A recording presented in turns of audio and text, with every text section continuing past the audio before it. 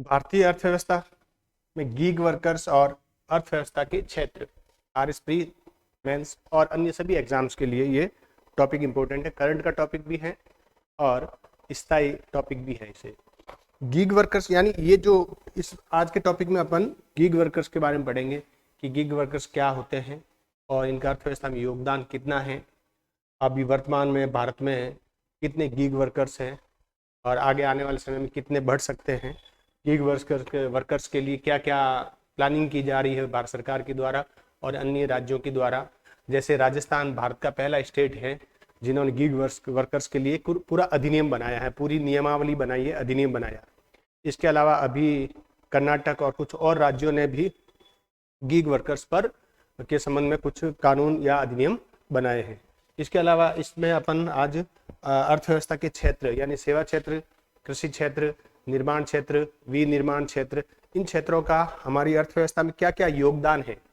इसके अलावा बेरोजगारी, कितने रोजगार का कितना परसेंट है, कितने प्रतिशत बेरोजगारी है, वो टॉपिक अपन इसमें पढ़ेंगे। यानी अर्थव्यवस्था के विभिन्न क्षेत्र में सेवा क्षेत्र आ जाएगा, विनिर्माण क्षेत्र है, निर्माण क्षेत्र है, कृषि है, बेरोजगारी है, इसके बारे में देख रहे हैं अपन। तो गीग वर्कर्स कौन से वर्कर्स होते हैं कि देखो, गीग वर्कर्स अब आपने देखा होगा जोमेटो, स्विगी, उबर, ओला और इनके जैसी और जो कंपनियों में जो गैर परंपरागत तरीके से अस्थायी रूप से काम करने वाले, यानी जो वर्कर्स हैं वो दो प्रकार के माने गए हैं। एक स्थायी रूप से परंपरागत रूप से काम करने वाले हैं और दूसरे हैं जो ये जो गीग वर्कर्स हैं ये अस्थायी होते हैं और परंपरागत रूप से नहीं होते, गैर परंपरागत रूप से होते हैं। तो ये देखो क्या है, ये वे श्रमिक जो गीग इकोनॉमिक में परंपरागत रूप से स्थायी कार्य करने के बजाय अस्थायी और सुविधा अनुसार नौकरी करते हैं।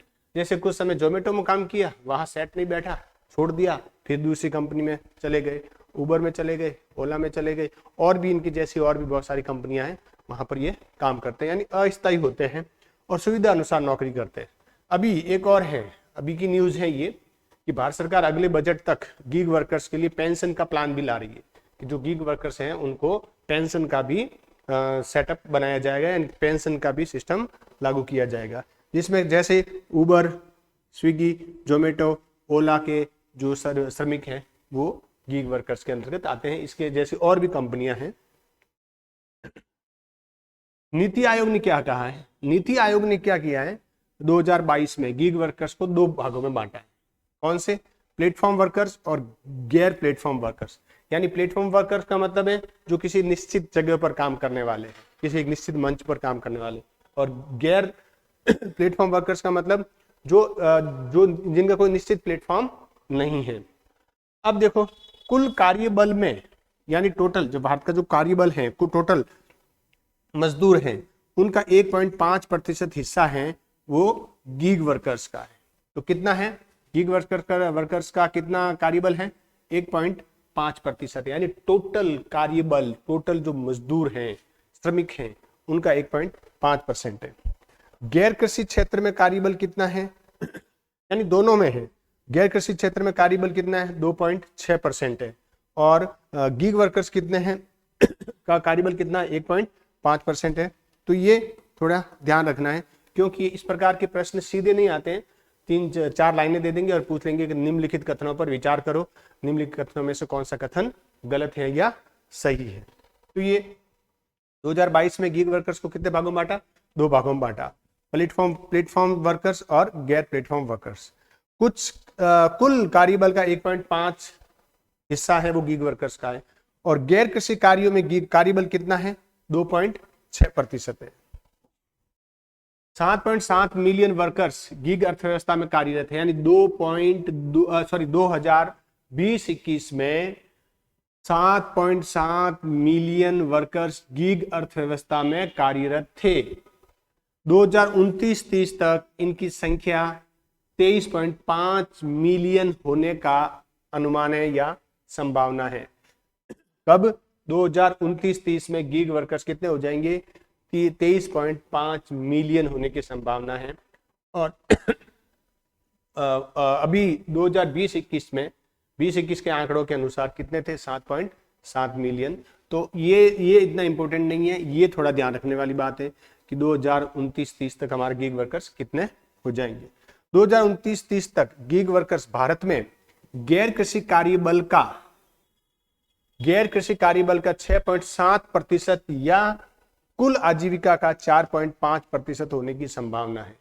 इस लाइन का अर्थ यह है कि 2029-30 तक कृषि कार्यों में जो कार्यबल लगा हुआ है उसको छोड़ दें, तो इसके अलावा कृषि से भिन्न कार्यों में लगे हुए जो श्रमिक हैं, जो टोटल कार्यबल है उसका 6.7% हो जाएगा।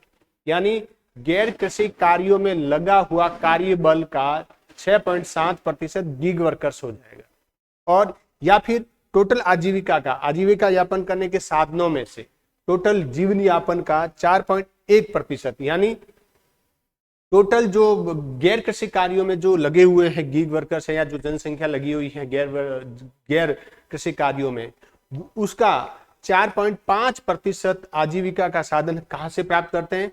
गिग वर्कर्स के माध्यम से प्राप्त कर रहे हैं। गिग इकोनॉमी की 5वीं सबसे बड़ी आबादी वाला भारत है, ये इंपॉर्टेंट है। गिग इकोनॉमी है कि 5वीं सबसे बड़ी आबादी भारत में है, यानी 5वीं सबसे बड़ी आबादी का मतलब है दुनिया का 20% गिग इकोनॉमी भारत में है। 5वीं बड़ी आबादी गिग वर्कर्स के रूप में। 2027 तक सालाना 70% की दर से बढ़ने की संभावना है, यानी 2027 तक साल में 17% गिग वर्कर्स बढ़ सकते हैं, ऐसी संभावना है। और 2030 तक अभी हम 5वें स्थान पर हैं और 2030 तक हम 3रे स्थान पर पहुंचने की संभावना है। गिग इकोनॉमी का मूल्य लगभग 20 बिलियन अमेरिकी डॉलर है वर्तमान में। भारत का गिग इकोनॉमी का मूल्य कितना है? 20 बिलियन अमेरिकी डॉलर है इसका मूल्य, और 2030 तक हम 3रे स्थान पर पहुंच सकते हैं, और वर्तमान में हम 5वीं, ये सबसे बड़ी आबादी है गिग वर्कर्स की दृष्टि से।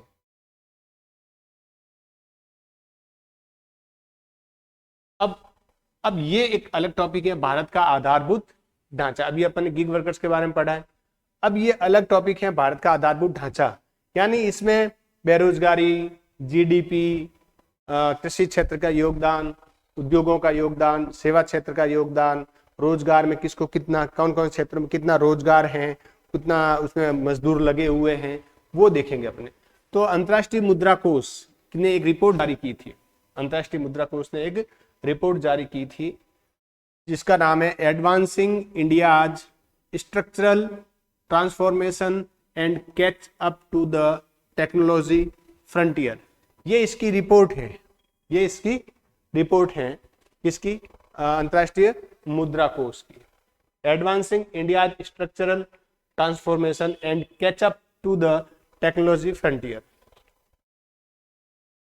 इस पूरी रिपोर्ट के अनुसार 2000 के बाद भारत में रियल टर्म सकल घरेलू उत्पाद, इस रिपोर्ट के अनुसार औसतन 6% से अधिक वृद्धि हुई है। किसकी रिपोर्ट के अनुसार?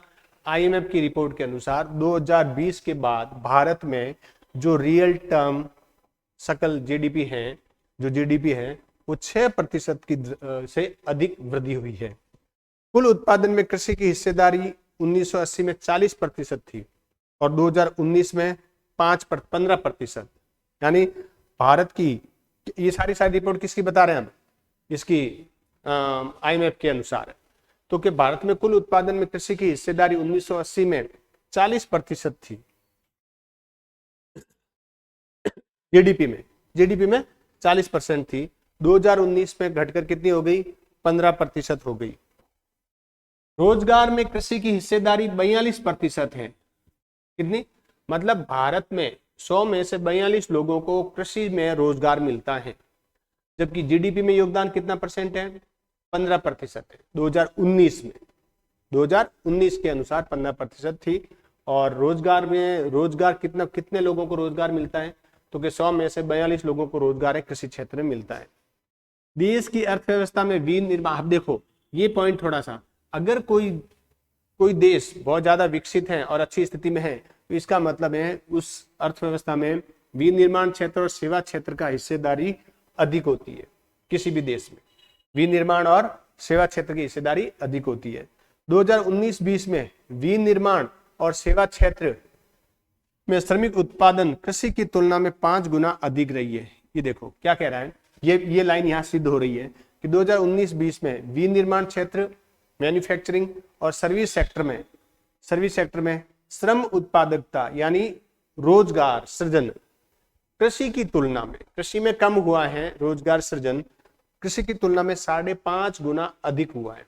यानी अब सारांश लाइन देखें तो जो विनिर्माण क्षेत्र है और सेवा क्षेत्र में है उसमें जो रोजगार का सृजन है या श्रम उत्पादकता है वो कृषि की तुलना में ज्यादा हुई है।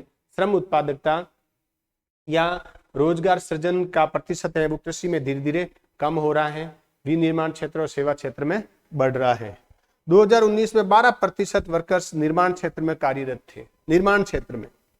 थे और कृषि और संबंध क्षेत्रों में 1972-73 में देखो कृषि, अब तुलना की जा रही है कैसे 1972-73 में 42% है वो कृषि क्षेत्र में थे। ये देखो रोजगार में कृषि की हिस्सेदारी कितनी है, 42% है। कब? 1973 में। जबकि 2019 में विनिर्माण क्षेत्र में वर्कर्स कितने थे, 12% इसमें निर्माण क्षेत्र में कार्यरत थे। उद्योग क्षेत्र में देखो, उद्योग क्षेत्र में 1973 में 24% हिस्सेदारी थी। किसमें? जीडीपी में, रियल टर्म जीडीपी में 1972-73 में उद्योग क्षेत्र का योगदान 24% था। 2020-21 में 25.9% रहा। वृद्धि दर कितनी रही? 25.9%, यानी 73-74 में वैसे देखा जाए ज्यादा थी, 20-21 में 25.9% रही उद्योग क्षेत्र की। सेवा क्षेत्र की देखो, सेवा क्षेत्र में 1970 में 24% थी और 2020 में 55% हो गई। यानी सेवा क्षेत्र का योगदान, सेवा क्षेत्र का अर्थव्यवस्था में योगदान कितना? 55.3% और 1970 में कितनी थी? 34.5% सेवा क्षेत्र का योगदान था। रोजगार में कृषि की हिस्सेदारी 1973-74 में यानी 73.9% लोग हैं वो कृषि में लगे हुए थे, कृषि कार्यों में रोजगार प्राप्त थे। 72-73 में कितने? 73.9% है वो कृषि क्षेत्र में थे। 2018-19 में कितने हो गए? 42% हो गए। यानी 2018-19 में 42% हो गए। ये थोड़ा ध्यान रखना है, करंट के जो भी आंकड़े हैं वो उनको ध्यान रखना है। हो सके तुलनात्मक करके पिछले सालों का पूछ ले। ये सारा का सारा रिपोर्ट किसके अनुसार है? इसके IMF के अनुसार, अंतर्राष्ट्रीय मुद्रा कोष की जो रिपोर्ट है उसके अनुसार है। तो कृषि क्षेत्र में रोजगार कितना है? 42% है। उद्योग क्षेत्र में रोजगार कितना है? उद्योग क्षेत्र का रोजगार में हिस्सेदारी कितनी है? तो अभी उद्योग क्षेत्र में 24% लोग रोजगार में लगे हुए। कृषि क्षेत्र में कितने लगे हुए हैं? 42%। और 24% किस में लगे हैं? उद्योगों में लगे हुए। दोनों मिलकर कितने हो गए? 66 हो गए। पीछे जो बचे हुए किस में हैं? पीछे जो बचे हैं वो सेवा क्षेत्र में। कितने? 34.5%।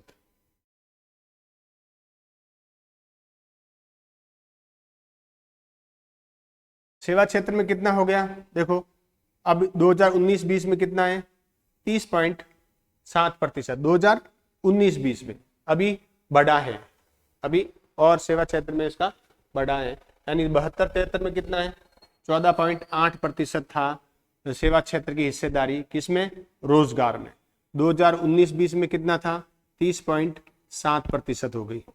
ये जो करंट के हैं वो ध्यान रखना है।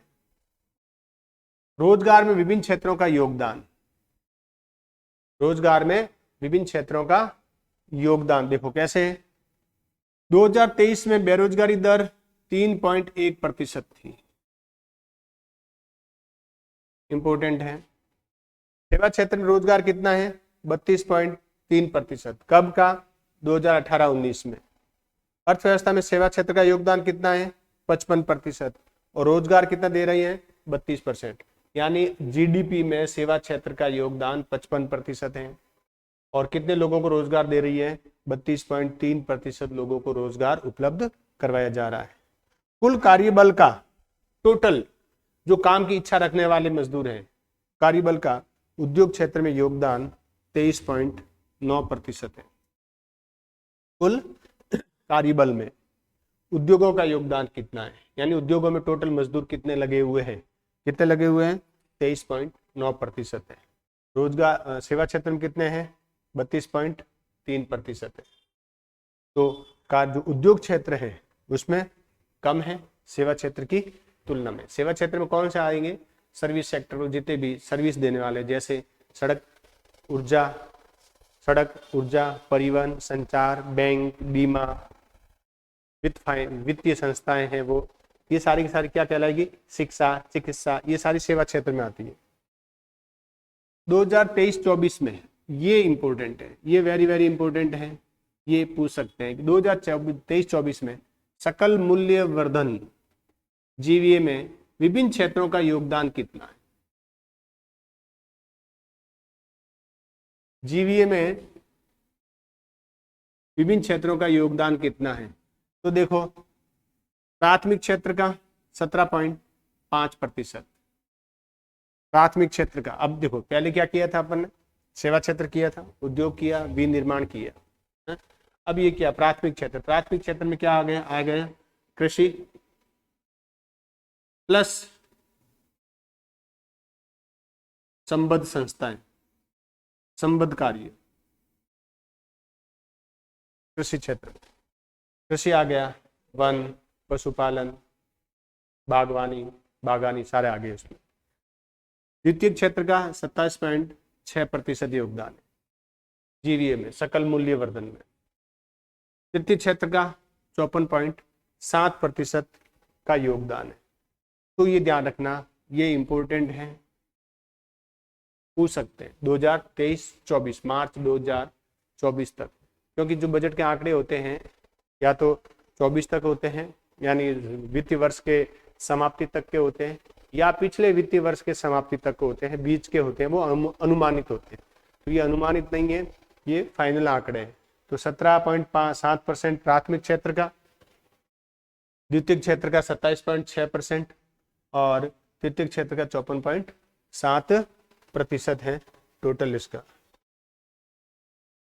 तो ये अपन ने आज इसमें क्या क्या देखा? अपन ने विभिन्न क्षेत्रों का योगदान अर्थव्यवस्था में, चाहे वो रोजगार के क्षेत्र में है, चाहे कृषि क्षेत्र में है, उद्योग क्षेत्र में है, सेवा क्षेत्र में है, टोटल जीवीए में, सकल मूल्य वर्धन में, तीनों क्षेत्रों का योगदान कितना है, गीग वर्कर्स क्या होता है, उसके संबंध में देखा। ये सारा करंट का टॉपिक है, इंपॉर्टेंट है और प्रश्न आते हैं। मैं इकोनॉमिक्स के सारे करंट करवाऊंगा, जितने भी इकोनॉमिक्स करंट हैं वो। इसके साथ साथ में जो इकोनॉमिक्स का जो सिलेबस है, जैसे बजट निर्माण है, वित्तीय संस्था है, लोक वित्त है, स्टॉक एक्सचेंज है, वो जीएसटी वगैरह है, वो अलग से मैं क्लासें ले रहा हूँ।